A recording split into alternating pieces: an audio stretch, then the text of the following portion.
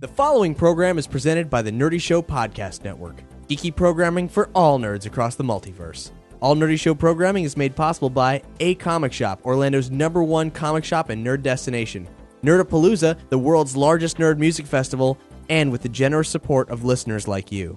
For more Nerdy Show podcasts, community forums, and learn how you can support this and other fine Nerdy Show programming, visit nerdyshow.com. This is Sam Witwer, and you are listening to Nerdy Show.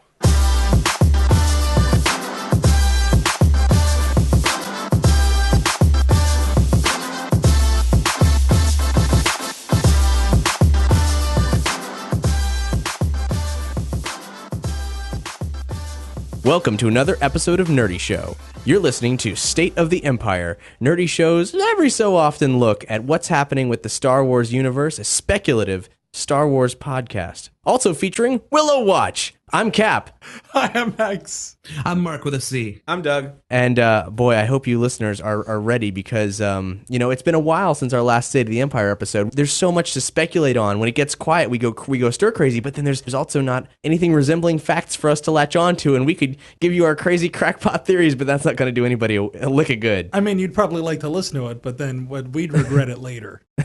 Yeah. So it just so happens that this episode, we felt like we had enough. And then some rumors started coming in. The elephant in the room for this episode are the rumors that despite refuting it early on, J.J. Abrams may in fact be the director of Star Wars Episode 7? Maybe. That is the way it's looking. Whoa, hold the phone. Hey guys, this is Cap from the future, which is your present. Only a couple hours after we recorded this episode, in the middle of the night, did the news come that J.J. Abrams is in fact the director of the new Star Wars film. So for the rest of this episode, we're going to be reacting as though, we're on the fence. We don't know if it actually did or didn't happen. But the fact is, J.J. Abrams is, in fact, the director for the new Star Wars film, and our minds are collectively blown. So the recording that follows is still speculative as to whether or not J.J. Abrams would, in fact, be the director of the next Star Wars film. I'll let our past selves have the discussion, and then I'm going to jump back in a little bit later on and give you the full breakdown on the press release for that momentous announcement. It's a tough call. It's like, it's still too early to tell. People have been freaking out about it online. I've seen it everywhere. It's been reported everywhere. It hasn't been refuted. It's on IMDb. That's the thing. It hasn't been refuted or confirmed by any official source. Nothing from Lucasfilm, nothing from Disney, nothing from Abrams himself, nothing from Kathleen Kennedy. Nobody in any official position has said anything about it. That's what makes me most skeptical. Like, if it was any other director that hadn't refuted it earlier, right, I wouldn't be as skeptical as I am right now. If they came out and said, "Oh, it's Ben Affleck," I'm like, "Oh, that's stupid, but awesome." Okay, but you would say, "Okay," you wouldn't really question it. But because now, wait, Cap, do you have like what J.J. Abrams said before? Well, I do actually. For some background on this particular issue, in November, J.J. Abrams told Entertainment Weekly that he wouldn't be taking the reins of Star Wars. He said, I quickly said that because of my loyalty to Star Trek and also just being a fan, I wouldn't even want to be involved in the next version of those things. I declined any involvement very early on. I'd rather be in the audience not knowing what was coming rather than being involved in the minutia of making them. In December, a late December interview with Empire Magazine, he revealed that he did initially entertain the idea and that he and Kathleen Kennedy had, quote, very early conversations about how he might be involved in Episode 7's development. I also read that he told Entertainment Weekly that one of the reasons why he said no is that he says, I have some original stuff that I'm working on next. Mm-hmm. So apparently he had personal stuff lined up right. already. I mean, he's been busy with Star Treks and all. Right. So right. Well, that was the other thing was that he was able to get Ron Howard to do a film. That's right, actually. Because it's Bad Robot had the rights to this film. They're doing like a remake of is it a Korean film or something? I got it right here. It's a Israeli TV movie called All I've Got, and he did choose Ron Howard for it. I was going to mention this during Willow Watch because it's Ron Howard related, but because it's also, Ron Howard doesn't automatically mean Willow. It's like but here's my math though. J.J. Abrams, huge Star Wars speculation, plus Ron Howard, working relationship. Willow, I see where you're going. Let's save that for Willow Watch. The Willow 2 5-year plan, if you will. Possibly. There's something. You saw something where I didn't see anything. So I don't know. So this Abrams thing, basically the word's out there for the last 48 hours as of this recording. Yeah, and it's been reblogged to all hell, and it's on every website. It's on Entertainment no Weekly and official IMDb. word. Yeah. That's Right. the thing. The big thing was when it was who was it that was leaked as the new director? In the Oh, okay, yeah. I was Yeah, gonna say like Zack Snyder. Zack Zack Snyder. Snyder. You bring up a good point because when Zack Snyder is gonna do a Star Wars spinoff and it's gonna be based on the Seven Samurai, and that made me lose like my appetite. But all due respect to Zack Snyder, he came out like 4 hours later on Twitter. Was like, no, it ain't me. It ain't true. There's no truth to that. Yeah. Now, he just that was a particularly interesting moment of buzz because it was really specific. It was Zack Snyder had said, "I'm not doing Star Wars Episode 7," and he never said, "I'm not doing the Star Wars other films that they're making, the auxiliary Star Wars films." And then all of a sudden, Zack Snyder's doing one of the auxiliary Star Wars films, and it's a stylistic derivative, or it's based on Akira Kurosawa's Seven Samurai. But it was so oddly specific that I was like, oh man, like, I guess that's true. Like, and then he came back and his rep said he's not involved in any way with the new Star Wars.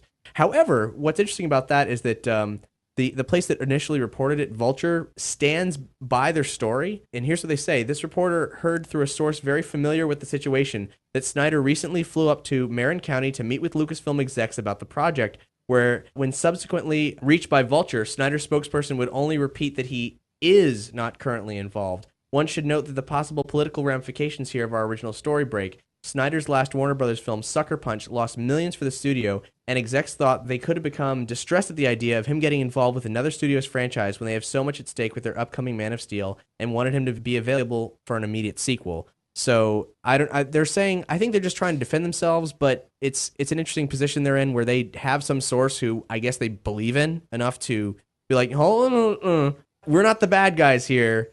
There's some clout to this. Well, let's be fair. We're in a day and age right now where if the second a sheet of paper is signed and notarized, we're gonna know. So it's probably just we're not signing anything until the very last second that we can wait to announce anything. Right.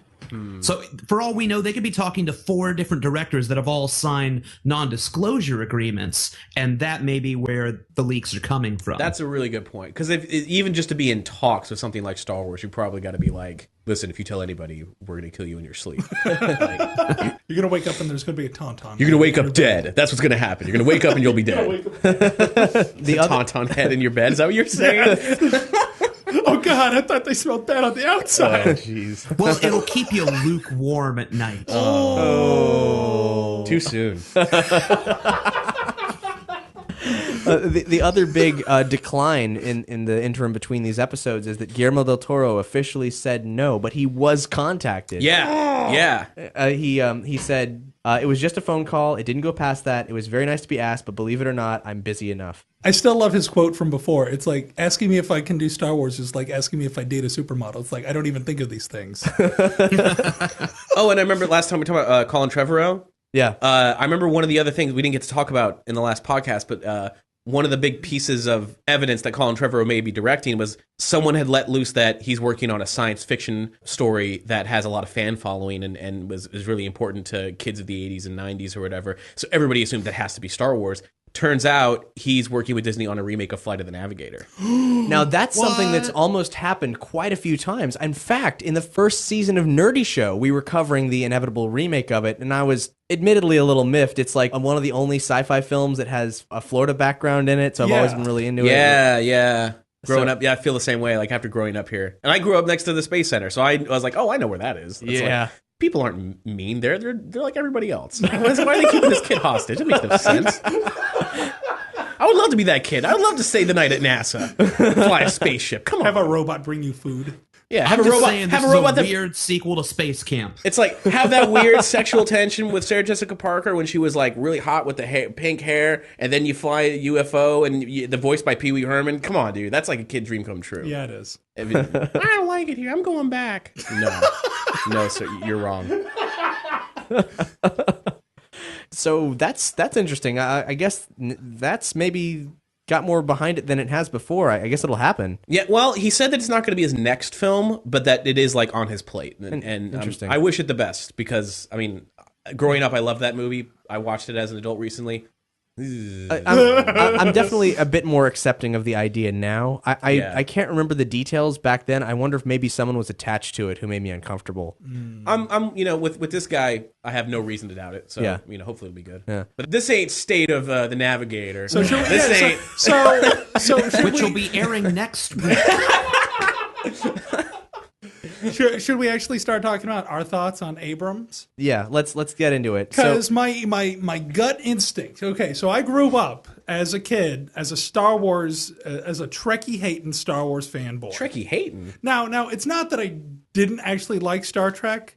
It's that I liked that I could hate something. I think this sounds like a classic cats rule, dogs drool kind of homeward bound sort of situation. You were a child. I had not, and we were all children at some point. I hadn't started making fun of the French yet, and so instead I was making fun of Star Trek kids, just because because you didn't understand. Right. It's not like, and it wasn't an actual animosity right. or No, I anything. know what you're saying. Yeah, I didn't take lunch money, but it was just was like it would be. I had lunch money taken from me by Star Trek fans, and that contributed to it. No, but it was I would love to get into debate, so I would this is why Star Trek sucks. Bah, bah, bah, bah. They're like, I got you. Yeah. So that little core kid in me is still like, I don't know how I feel about the same guy doing Star Trek and Star Wars. It's just as weird. Like that little kid is just screaming, "No, it's not true. It's impossible." That's like, I was gonna tell myself if you got too excited, I was gonna be like, "Tell that Sith be cool.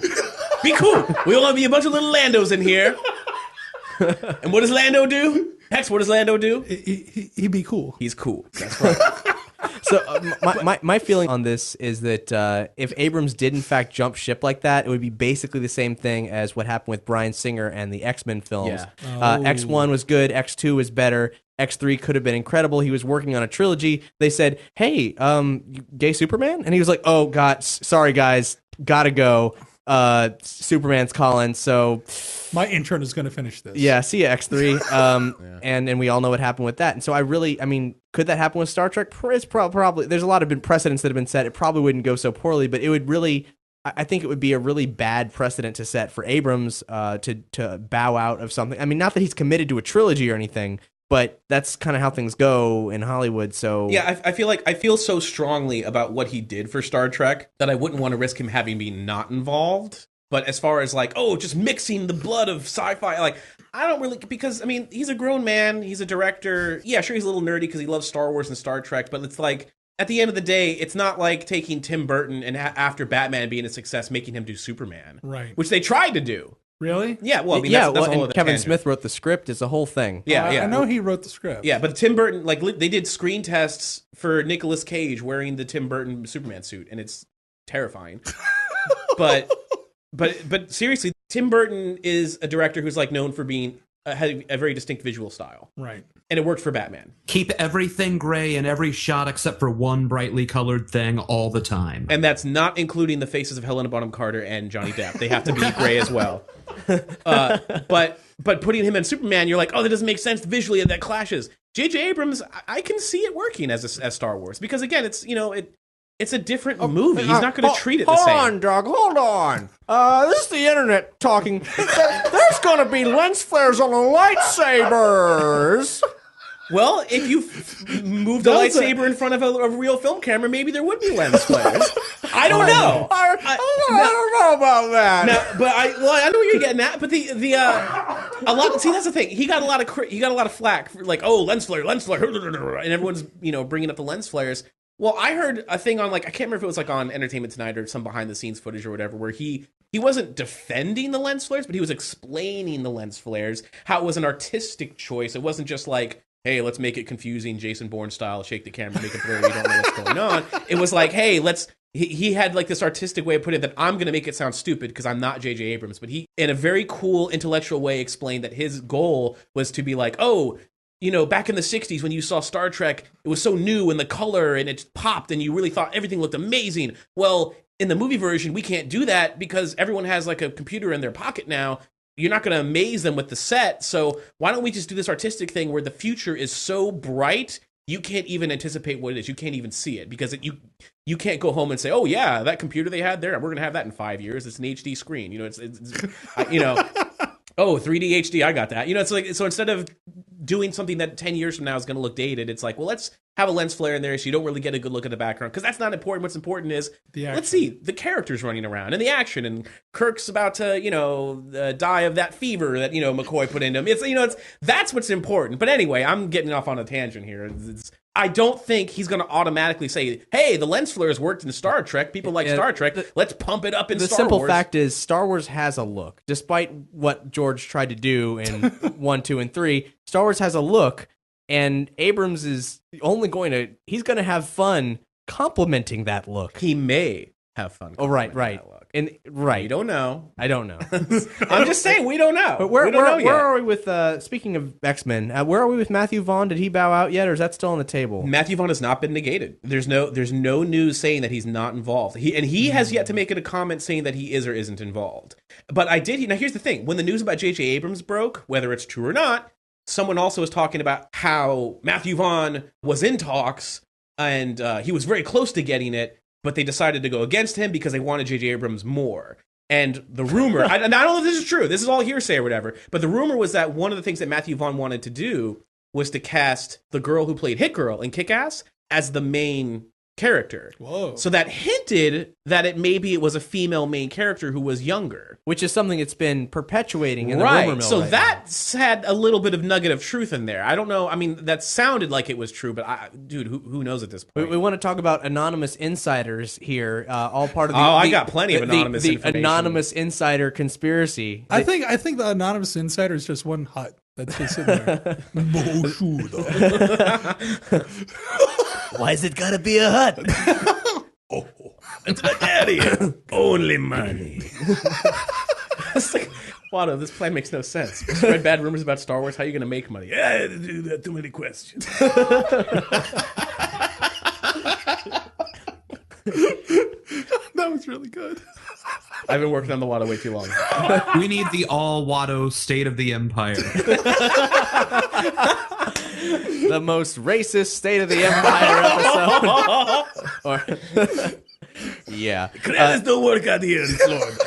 You give me the money, I give you the show. So the anonymous insider says there are 2 trilogies planned, all following an original overview by Lucas, which was always planned as a multi-generational saga. Movies 10 through 12 are, from my understanding, about the offspring of the Skywalkers set many years later, with the surviving cast playing much older versions of themselves and featuring a female protagonist named Skywalker. So hold on, what's 7 through 9 then? Don't know. Because if 10 through 12 is following the offspring of Skywalker, from the best of my knowledge. That's again, in order to be realistic, none of this has any traction yet. We have nothing official. No, What this anonymous insider is saying, I think by virtue of what they aren't saying here, is that 7, 8, and 9 would be actually old Luke, Leia, and Han. Which I'm down for. Which was something Lucas mentioned a while back, being decades back. I mean, not introducing new characters, just being about those characters. He said so many things about 7, 8, and 9. I know. He's contradicting this is probably bupkis, but it does lend itself to the Daughter of Skywalker trilogy. And that tied in with the thing I was talking about with Matthew Vaughn saying, "Oh, I want Hit Girl to be, the main character." It goes on here saying, "This kind of ties it up a bit. Actually, this is something I understand is being discussed as the latest trilogy may end up being an amalgamation of the two, using themes and ideas from both, but still keeping the general story, also allowing for continuity of the cast." And that makes a lot of sense. And also, Lucasfilm has really been behind the whole Her Universe line. And I'm sure that's on the forefront of their mind, not just from balancing things, but also the dollar signs that Her Universe is bringing in, and the main character of Clone Wars being so popular. This has to be on the forefront of their mind to make it a more female-driven plotline. I'm not familiar with what you mean by the Her Universe. Her Universe is a line of clothing that the voice actress of Ahsoka made. I heard about that. I didn't know that was what it was called. Yeah. And it's been amazingly successful. Probably one of the most successful lines of clothing. This sounds like a really dumb question, but does it look like futuristic Star Wars clothing, or is it just regular? It's fan clothing with girl cuts. Like it's girl power Star Wars clothing. Okay. I didn't know if it was like Padme robes or shit. I don't know. What's interesting about this is if you want to assume that the motivation behind all of this going on here is dollar signs and dollar bills, y'all. then actually girl protagonist is simply the best prediction we could make based simply on where the money's going. Exactly. I mean, in just a few short years, Clone Wars really blew up, with the standout from Clone Wars has been the female protagonist. Everyone loves Leia from the original trilogy, but in this case, young children are really attached to a female protagonist. Well, because Leia's only Snips, in the movies. right? Her name's Snips. or Ahsoka is her real name. Okay, but but Anakin Anakin calls her Snips. Okay. But I mean, if I you didn't look watch at it, it's like young girls are going to be drawn to it, and I mean, young boys are going to watch it no matter what because it's Star Wars. I'm actually more interested. Like, if it turns out that there's a main female protagonist in the new Star Wars, I know, film, I'm gonna be even more excited because I'm like, dude, it's something new and different, and I mean, Precisely. a little bit more. I mean, dare I say, a little bit more empowering? You know, it's like a little bit more. I feel like anything that can get more people to come to Star Wars overall at the end of the day is a good thing. Agreed. So whether or not it's like, oh, yeah, the new ones are, you know, I've heard people say, like, average people will be like, oh, new Star Wars, well, it can't be as bad as the prequels, but there's no way it'll be as good as the original. Like, well, dude, even if that's true, if it gets more children to watch the originals, I'm all for it. Like, I don't know. I'm diehard. I remember being a kid in the 90s where it was not cool to, yeah, to like dude, Star Wars. I had a Star Wars shirt, and I got, like, picked on all the time. And then, even then, I don't know, it was just like... And the only media was to consume was some Timothy Zahn books. Yeah, well, but that was it. And I didn't even read those. I just had the THX special edition. Not even special edition, just the original THX version at home. It's like, I'm going to go home and watch Empire and be picked on by the jocks and whatever. That's all right. I got me and my Star Wars. That's all I need. And that's all I did have, and that's all I did need. And it gave hope to whiny kids everywhere, you know, watching Luke. Like, you know what? It doesn't matter how much I bitch about everything being unfair. I'll still be a Jedi when I grow up. Because one day, I'll wake up, and my parents will be dead, and I'll have the Force. And they won't say, I can't go to the Tashi station to pick up some power converters. Hells yeah. I'll be able to do that no matter what they say. I'm going to join that group of terrorists that are going around the galaxy, blowing shit up. It gave you a reason to argue with your parents when they're like, you're going to go stay with your aunt and uncle for a while. And you're like, nope, watch this movie. Didn't work out so well. And they're like, all right, if you're going to complain that much, let's go see Zorro. No! Mom, Dad, please, let's just stay home tonight.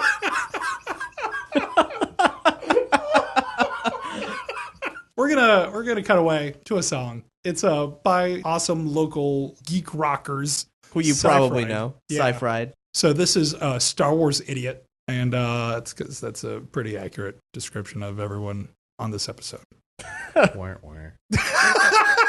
Enjoy. Houdini! Two of the Noya. Welcome back to State of the Empire, the Star Wars speculation podcast, a portion of Nerdy Show. We're in the Nerdy Show numbering. We're a part of Nerdy Show. This is just another Nerdy Show episode. Yeah. It just so happens that we Stop have asking questions. we have a cute We're name. real. We have a cute name for it, and it's like a segment, but it's too long for a segment of a show, so it's a whole show. Deal with it. But is it with Nerdy Show or not? I don't know. It's Nerdy Show numbering. It's a numbered part of Nerdy Show. This is State of the Empire is part of Nerdy Show. Honestly, y'all. Cap, I think you're the only one who's like self-conscious about that. I don't think our fans are really attacking us. You can just calm down with that. Attacking. I got emails. I got Twitters. People don't understand things. Yes, I bet you have. You got Twitters. Okay. For the longest time, George Lucas has been like, I'm going to bring Star Wars to television. And here's the thing. And he did, and it was terrible, and he never wants to talk about it ever again. After Holiday Special, like okay. prequel era. And here's the thing, like, so years went on, right? And we never heard anything about it, and it seemed like it wasn't going to happen. In actuality, those years went on, and many of those years were spent in pre-production. And there's an awful lot about the Star Wars television series that we don't know. Recently, an article was posted on Bleeding Cool with some new hints to Star Wars being developed for television and some unexpected ties to a certain modern Star Wars property that we're all pretty fucking excited about. I think I know where you're going now. Yeah, this was interesting. So this word that's come in is that this project was commissioned by longtime Lucasfilm producer Rick McCullum, who enlisted writers such as Battlestar Galactica's Ron Moore, who is also heavily involved with every Star Trek series from TNG through Voyager. And they were all swore to NDA secrecy on plot details, but sources are now saying that the live-action series centers on the story of rival families struggling over the control of the seedy underside of the Star Wars universe and the people who live within the subterranean level and air shafts of the metropolis planet Coruscant. The Empire's urban sprawl. Well, we all know what Coruscant, and we all know what Coruscant is. What is this? I don't know. What is this? Star Wars? What the hell is Darth Vader going to be in it? Yeah, that's all I care about. Is Darth Vader in it or not? A bounty hunter may be the main character. The time period allows for all sorts of potential appearances from classic figures from the Star Wars universe.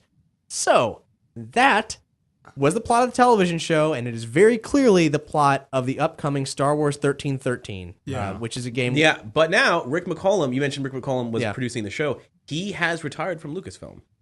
I didn't know that. He left Lucasfilm. Yeah. When did that happen? Just now? No, this happened like no. This happened. This happened like late November, early December. Wow. Okay, wow. He was very quiet about it. It's just like, oh well, I'm leaving Lucasfilm now, and whatever. It's like, oh okay, well no big deal. You're only Rick McCollum, and you're leaving Lucasfilm. So it's not like you were important at all. You only helped make Star Wars movies, and no big. You're not. So, okay, no, you're not. Whatever. Recently, ABC's Paul Lee told EW that he's going to consider the show amongst other options of how to best get Star Wars onto TV. And he thinks it comes down to how Lucasfilm wants to position the separate pieces on the board. And there's a quote pertaining to that, which is, we got to a point here with Marvel, a very special point, where we're in the Marvel universe, and very relevantly so, but we're not doing the Avengers. But S.H.I.E.L.D. is a part of the Avengers, so maybe something oblique is the way to approach the Star Wars universe. Oh, hand raising. Yeah. Paul Gregg recently, the guy who played Coulson, recently posted how good it felt to be back in the suit. Interesting. As in, like, for filming for the S.H.I.E.L.D. TV show. Life model decoy. Still dead. He's got just please be a prequel. Don't bring Coulson back from the dead. No, that's what it sounds like. That's what it sounds like. I know, but it's like, I'm just saying, don't bring Coulson back. It sounds like it's going to be like a S.H.I.E.L.D. TV show before, right? And so don't get me wrong. I liked the character of Agent Coulson. It was fine, but if you bring him back from the dead, it invalidates the whole film. It invalidates the whole thing. And it's like as soon as Tony Stark sees this guy walk around, he's like, "Oh, you're alive? Oh." That's weird. And then I guess my heroics were for Avengers Assemble! You guys, I don't care. You guys, you ain't gonna die. Everyone's safe. So that 1313 plot, man, that's kind of incredible that it was mined from the television script. That's pretty big. And we saw a 1313 presentation behind closed doors at E3. It was incredible. The room that they stuck us in actually was modeled after one of the lifts from Coruscant, and it actually, using screens on all sides, took us down into Coruscant through the levels. Monkey. Yeah, Did you guys have like a really boring conversation while you were in that elevator? No, it was weird. We were all just staring at each other, and they were like, "Yep, here we go." The game looks incredible. All divisions of Lucasfilm, like ILM and LucasArts, are working together on this game, and it's going to break a lot of boundaries. They wouldn't even really confirm what hardware they were operating it on. I actually heard them say that they haven't confirmed it, but the rumor was that they're talking about release for a PlayStation 4. Yeah. Is one of the things they were mentioning. Well, if they think that's still going to be around. The Xbox 720, 1080, 360, well, I mean, 4 or 5 times. That particular piece of hardware is in my mind undeniably going to be debuted at E3 this year. The Nintendo Dolphin is going to be there too. Totally off topic here, but am I the only person that when I hear the name Nintendo Wii U, all I can think about is that character from Kung Pao? I knew you were going to say it. I knew it. Yep, the short answer is no. Everyone thinks that. Okay, just making sure. There's actually a whole thread on the Nerdy Show forums devoted to that. Oh shit, I should really pay attention to the website I do stuff for.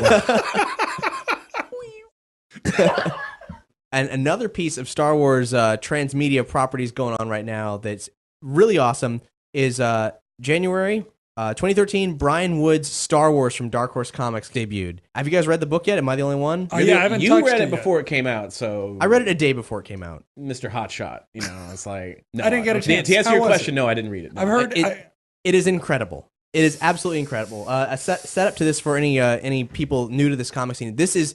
If you don't read comics, but you love Star Wars, you need to read this comic. Basically, what's happened is, and unfortunately, our pop culture correspondent, Matt Spill, hasn't been able to join us for these things. Otherwise, he could elaborate more on all this. But essentially, his well-informed statement as a expert of all things expanded universe, he says, effectively, the expanded universe is dead. It was killed by the Clone Wars. Lots of things happened that basically watered down a bunch of story arcs in it. It's effectively over. So now the place to go is either into a separate expanded universe or into an expanded universe within the scope of the previous Star Wars films. We can't push the boundaries any further in the future. It's already gone too far, so we have to look back. Brian Wood's Star Wars is right after A New Hope, and it is all about the ramshackle group of rebels trying to figure things out. Brian Wood's a very politically oriented writer. His long-running series, DMZ, is about an alternate reality, Civil War sort of conflict. Imagine basically the red states went to war against the blue states. And the DMZ, the demilitarized zone, is New York City. And it's about a journalist in that environment, and it's a complete story. It's multi-volume graphic novels. It's over now. It was incredible. So a guy with that background is doing a story about this group of young terrorists fighting the evil empire, and it's amazing. The character dynamics are really wonderful. And I imagine it's along the lines of just because you beat the empire doesn't mean the empire is going to go, oh, okay, no, we surrender. They're still they're still outgunned. The propaganda machine is working against them. They don't know where to turn. They have no base anymore. Like, they're on the run. Things are really bad right now. And we get to see for the first time in that era, like, the way that the rebels actually work. And there's some wonderful moments in there. Like, there's a moment with Han and Chewie where Han says, "Well, yeah, we'll join up with the rebels, Chewie. We got a whole fleet behind us. Jabba's not going to try anything." What's he gonna do? Send a bounty hunter after me? And Leia kills a guy, and she's really tough about it. And she killed Jabba. You watch them take care of Imperial pilots, and it's amazing. It's everything you'd ever want. You totally should check out Star Wars by Brian Wood. Now it's well past time for Willow Watch, guys. Do it!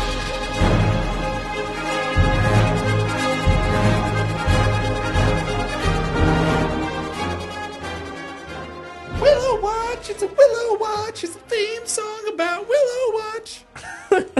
You guys should have told me you needed one. I make songs up. Okay, so if we had more Star Wars information to validate this, I tell you what, we would have sprung on this a lot sooner. What Willow level are we at right now? We got this Ron Howard stuff, and we have Willow coming to Blu-ray. Yeah, we demanded it in our first episode. Yeah, and they answered. They answered. We set out the call and they answered. And I had the date on my phone, but I was trying to look up. So now we got to demand March 12th. March 12th. March is when it 12th. comes out. So now we should demand that Val Kilmer get back into shape, and we have a whole Mad Mardigan movie. I'm not gonna argue that. I'm just like an old Mad Mardigan kicking ass still. Yeah, that's what I want to see. Old Mad Mardigan. Old Mad Mardigan. Well, now wait. Didn't you found like the character art for like a cartoon? Yes. Okay. Here's the thing. We were talking about Star Wars on TV. Well, maybe even before that happens, if we want to talk about Willow Watch hypotheticals, and I think things are shifting in this way, we could see Willow on television. What?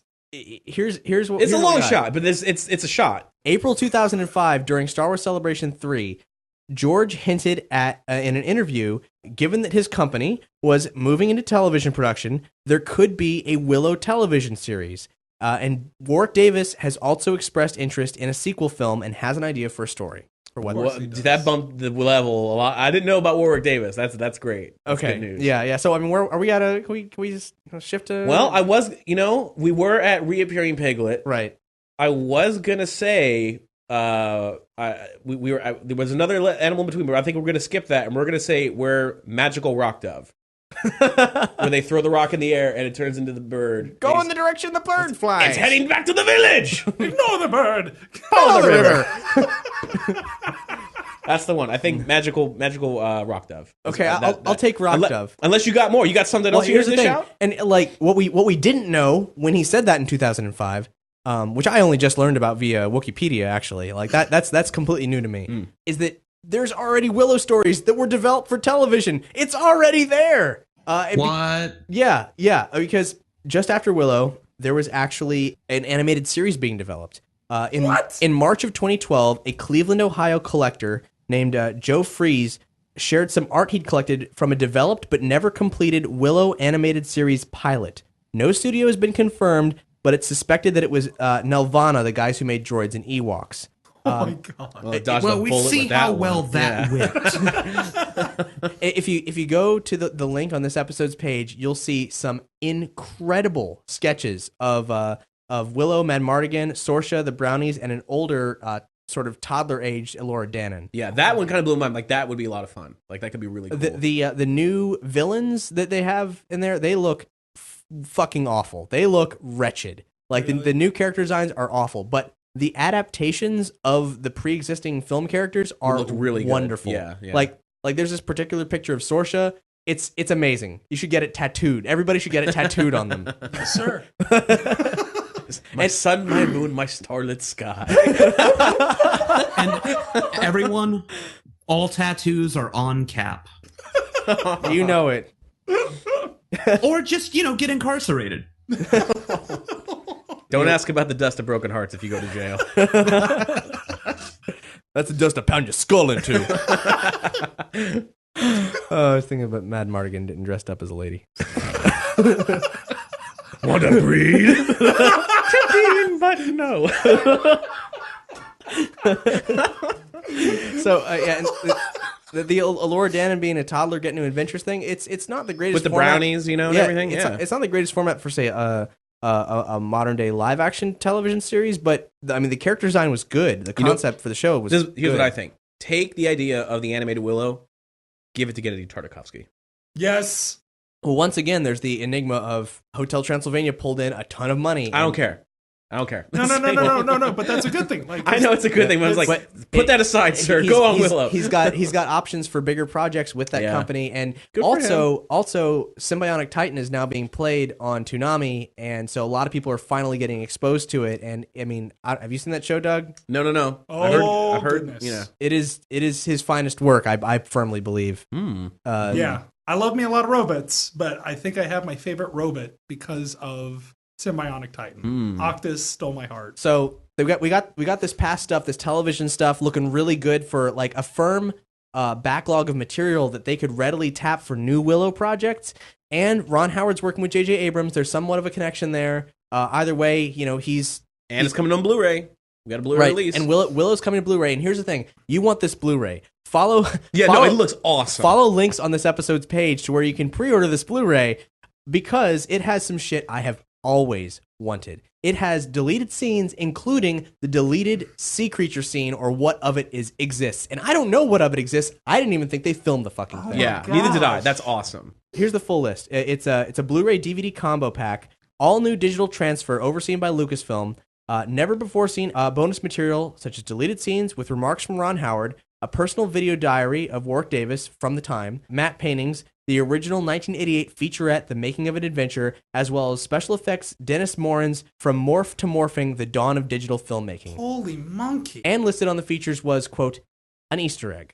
Don't know what it is. My fingers are crossed for being maybe some kind of animatic tests from the animated pilot. That would be really cool. Holy. Or a free tattoo. A voucher for a free tattoo.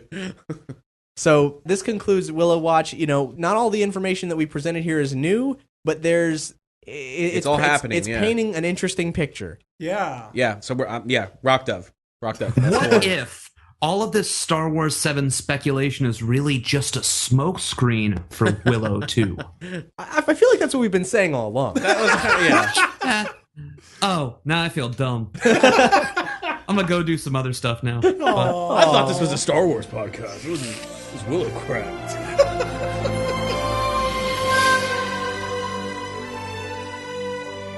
Listen, I want to break this here in public. I've never seen Willow. Are you serious? I'm totally serious. I would have joined in. I am and not nerded out angry, with you. sir. Never I seen am it. not angry. I'm not going to yell at you because that would do a disservice to the film. But here's what we're going to do. On March 12th. No, seriously. I'm excited now. Let's do it. Yeah. Let's get the Blu-ray, sit you down, and you're going to love this movie, man. Oh, I'm down with it. Yeah, I want to see it. Just never got around to it. I've been busy for the last 35 years. Understandably. After March 12th, you're going to hear Marc with the C's first-hand reactions to Willow. Oh, dude, I can't wait. You're going to love it, man. And then March 13th, you're going to hear Marc's first Willow tribute song. I'm willing to put money on. Spoiler alert. Like, that was even a surprise to me. Like, right afterwards, Marc's just going to get up wordlessly and walk to the studio. We're like, what? Did you like it? I don't even know. Shut up, I found my muse. I just made an EP. It's a Willow EP. I'm like, what? Okay, so one last bit of theoretical Star Wars news. This is something that Marc found this evening, actually, about Disney Infinity. Basically, yeah, Disney Infinity is a cross-platform game that's sort of a sandbox issue. Multiple characters. I think the current one has people from Pirates of the Caribbean that are playable characters. It's kind of like from The Incredibles. What if Smash Brothers was a co-op game, sort of Exactly. open world thing? I thought it looked like Skylanders or whatever. Yeah, it's like that, but I have almost zero reference for what Skylanders is. All I know is you got the toy, you put it on the platform. Oh, so it's like an augmented reality game? Very similar. I don't know. Like I really don't know. Like Skylanders, I see like in Walmart or whatever. You buy a little toy. It's got a computer chip in it. You put it on the plate at home that connects to your Wii U, and it. You put it on there, and then the character that you bought in the store comes to life on your screen, and then you can control them, and they have special abilities, and you got to catch them all. You got to go buy the others, and now you got Skylander Giants, but like because then you have your whole team, right? But with Disney, you got a million Disney characters, and it's Disney, Pixar. Marvel, and if people, Disney, and if Star Wars. Well, if people collect those damn pins from the park like crazy, you can bet that Disney's going to be pumping out. Oh those, my gosh! Okay, do you guys know about the game that's actually at the Disney park where you can get the cards? Yeah, I do. I forget what it's called. There's one at Magic Kingdom. There's one at Epcot. I don't know if they have. I think those are the only ones they have. But it's this game where you wander around through the park and you have to find these interface points, and you insert your card, and then all of a sudden something that would look to any other tourist walking by like a pillar or something. A screen pops out of it and it comes to life, and there's a character talking to you all of a sudden, and you do a quest. They've been experimenting with that for a long time. And the whole thing is you get a bunch of different cards of the different characters, and the different characters have different powers. And so like you're battling Ursula. That sounds way more complex than the one that I saw. And so then you pull out like Wally. And you have Wally versus Ursula. Oh right. boy! And so Wally does like a laser damage, and she goes down. And so it's like different character, and there's different. The more advanced it gets, the more you actually have to strategize on whose powers you're going to use. And if you have people that like work together, like if you have Wally and Eve, their powers will mesh well together. What a great way to waste a day at Disney. I mean, when I went, $75. Get me in the park. Let's play video games. Let's not ride the amazing rides. I'm being cynical, but it sounds cool. It really does. It's when I went to Disney, my friend was like, "You need to do this." I'm like, "Why do I need to do this?" She's like, "You need to do this," and I'm like, "You guys go on. I'm doing this." All right, Hex, you wave those cards around. I'm going to go ride Star Tours without you. Basically. But no, so it's like that whole concept. That does sound really cool. Is already there. That's something that Disney is already doing in their park. So right, but it gets better. It gets better. So Disney Infinity, the current one they're working on, they've already announced cameos from various Muppets and people from Nightmare Before Christmas, but this is the good part. Polygon.com reported that they had asked Avalanche Software CEO John Blackburn, hey, in later iterations of the game, any chance of, Luke being in there? Some Star Wars characters? How about the Avengers? He's like, yeah, I want that. I want that to happen. Now, he didn't say it's going to happen right off the bat, but they're open to it and they'll have the rights.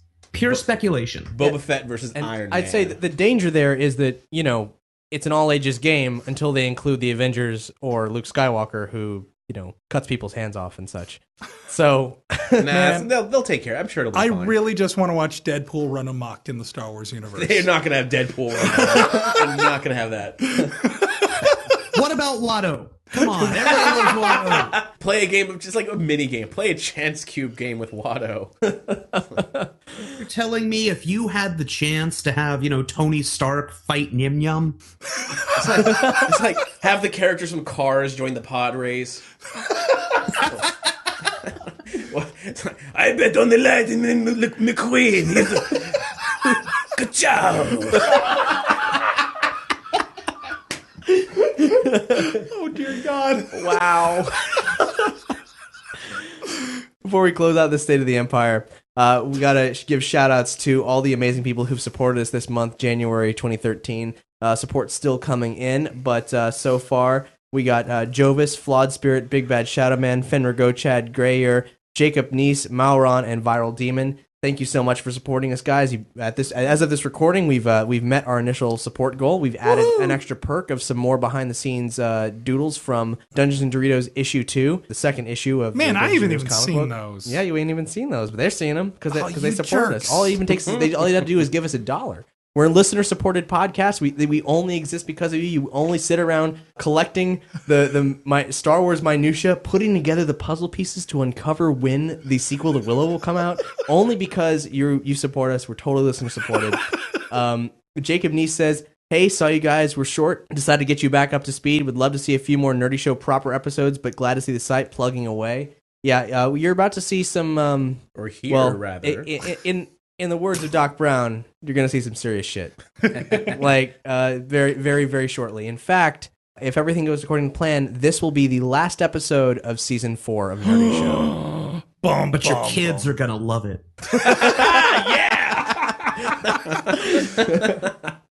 Mauron says, "My monthly subscription fee. Seriously, you guys are better than what's on TV." Yeah. Thanks, man. Take that, TV. Yeah. Has that guy seen TV recently? There's some awesome stuff on. And then there's Glee. Yeah, about to say. Yeah, okay. Never mind. And Viral Demon said, "Haven't thrown much money at you guys lately, so here's a little bit to get you guys closer to paying off the server, because our Minecraft server recently died when we moved to a new studio. It inexplicably blew its brains out in transit, so we had to pick up a new piece of hardware, and that is the stretch goal for the month. And if that stretch goal is met, we will reveal a working progress sketch of the first page of Dungeons and Doritos issue 2. Oh, man, I want to see that. Well, maybe after the recording, X. Yeah. Anyway. Hey, If I you wanna donate. see it. Do I have to donate too? It certainly couldn't hurt. Shit. The answer is yes. If you donate, you get it. That's the answer. Sent to your email. Anyway, thank you so much for listening to this episode of State of the Empire, this episode of Nerdy Show, which State of the Empire is a part of. You're confusing me. Sorry, I'm so sorry. Is it Star Wars? Is it Willow? Is it Nerdy Show? What is it? I heard some Flight of the Navigator, too. I'm so confused. Think of State of the Empire as our, it's a Star Wars focused show with some leanings towards other television and films. Empire was a reference to Lucasfilm. State of Lucasfilm. Right. State of the Empire. We get it. It's clever. Yeah. We made it. We know it's clever. It's so clever. Now I've explained But, it to then again, death. we also referenced Space Camp this episode, so they can't all be winners. That's true. That is very, very true. Look up Space Camp Kids. We were all over the... This episode was a failure. This We're not episode on was topic great. at all. This episode was great. Whoa, all right. It's time for Cap from the Future / present to butt in again. So, the official word on J.J. Abrams is yes, he is confirmed as the director of Star Wars Episode 7. This is really, peculiar because of how he completely refuted that he was involved at all in that earlier quote that we mentioned. And we're all more than a little surprised by this. I can only speak for myself here, coming from, beyond space and time and all that. But one way or another, we know his talents. We know that he'll do a really good job. So, though it's ambiguous for his relationship with Star Trek, his relationship with Paramount, it raises a lot of questions, but still, we know that Episode 7 is in extremely good hands. On StarWars.com, George Lucas said, "I've been consistently impressed with JJ as a filmmaker and storyteller. He's an ideal choice to direct the new Star Wars film, and the legacy couldn't be in better hands." And for once, we agree. JJ himself said, "To be a part of the next chapter of the Star Wars saga, to collaborate with Kathleen Kennedy and this remarkable group of people is an absolute honor. I may be even more grateful to George Lucas now than I was as a kid," which is very nice. But what is mysterious is the circumstance under which he was announced, because there was a leak from an anonymous source that got very serious attention on many places in the internet, and then the official word came in the middle of the night. On a Friday evening, after everybody had closed down, even on the West Coast. So it was a very unorthodox thing to do, and a sure sign that somewhere along the line someone fucked up, because that was definitely not how you would suspect they were going to announce this.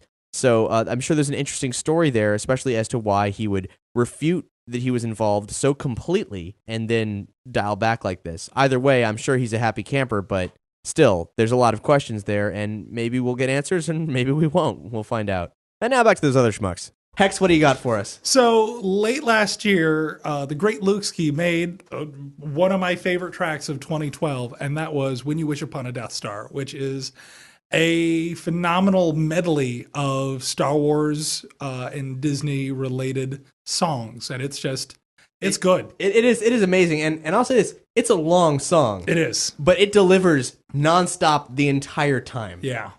But we're going to stop talking about it because we'll just spoil it for you. You get to hear it for yourself. Aren't you lucky? Thanks so much for listening. Bye, I'm Cap. Bye, I'm Hex. Bye, Mark of the Sea. Bye, I'm Doug. May the Force be with you. Always. When you...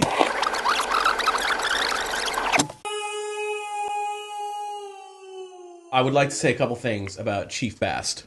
Oh, okay. Because I've done some homework. Oh, Okay. And this... I'm excited. No, you're going to like this. You're going to like this. I'm very excited. So I was trying to find more information about Chief Bast. Chief Bast was the guy who I said was my favorite Imperial. The guy who Right. said that, the Death Star is going to blow Yeah, up. We gotta get out of the here. Nerdy Show listeners actually put up a card for Bass. Yeah, thanks to them, I was able to find, and I wanted to do more and digging. he's definitely a runner-up for one of my favorite Imperials, but still, Yeah, okay. General Veers. So there's this Represent. controversy. Did he or didn't he die on the Death Star? Yes. Now, apparently, the official Lucasfilm continuity says that he died on the Death Star. Boo. But I found evidence to support the contrary. Now, this source is, you Google Chief Bast at 4 a.m. This is the stuff that you find. There's a website called Imperial Chicks, and it's like a fan fiction site where chicks decide they want to write fan fiction about But Imperial you can only officers. find it at 4 a.m.? I don't know. It may be. I don't know. But How do you even set that up? it's a little. I don't want to say it's creepy. It's just not my thing. But like they go into detail. Like there's fan fiction about Chief Bast and Admiral Piet and. No, dude, I'm not kidding, man. It goes. The sickness is deep.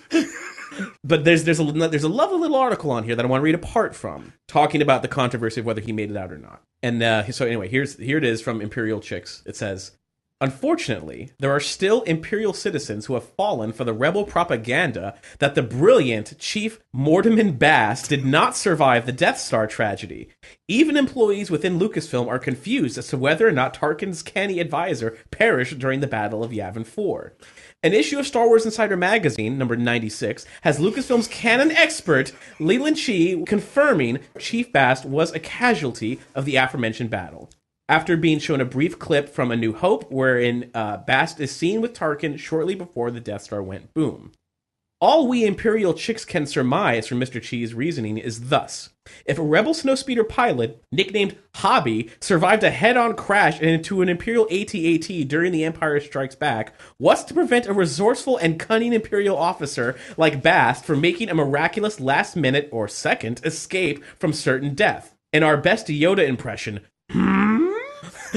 while wishful thinking by Bast fangirls may not be enough to make Mr. Chee rethink the entire situation, Chief Bast was clearly alive after Yavin 4, according to the package back of Hasbro's Death Star briefing room action figure set. It was, so anyway, on the back of this action figure set where you can get Bast in there, it says, personal assistant to Grand Moff Tarkin aboard the Death Star. Bast shares Taggy's opinion that the rebellion is more powerful than many Imperials believe.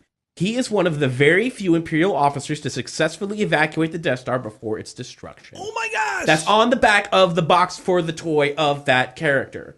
I wonder what level of canon that is in the holocron. Now, get this. It goes deeper. It says, despite what some Star Wars fans may claim, it was really Chief Mortimer Bast, played by actor Leslie Schofield, not his twin or lookalike, according to the lame explanation for the discrepancy of him striding alongside Lord Vader during the 1978 Star Wars Holiday Special.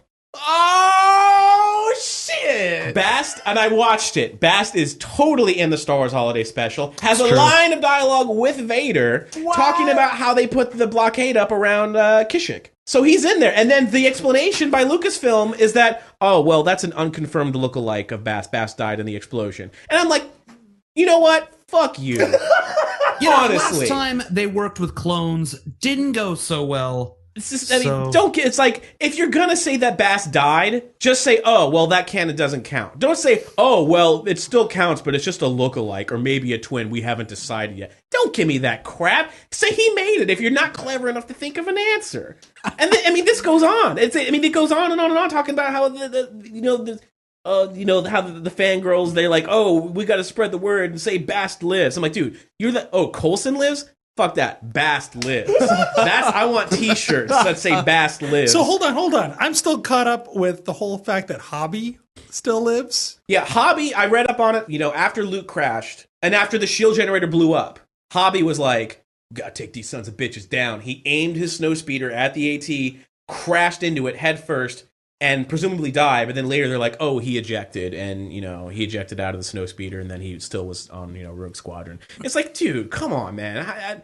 Just use a new character. Yeah, it's too much. Now, how come the guy that you see have the line of dialogue in the holiday special is the lookalike, but the person you see from behind, from a long shot in A New Hope, who's standing next to Tarkin, who literally you don't see the face. It could or could not be Bast. That's really Bast. But the guy's face, when you see it, that's not Bast. What? I feel like I'm taking crazy pills. I feel like I'm breathing in the fumes of the spice mines of Kessel. This makes no sense. Shame on all of them. Bast lives. Drop the mic. I'm out of here. This is some serious Bast matter here. Tune in next week for State of the Bast. And also our burgeoning microsode series on State of the James Bond franchise, Hippopotapussy. Narrated by Watto. Skyfall is no good. You get your money back.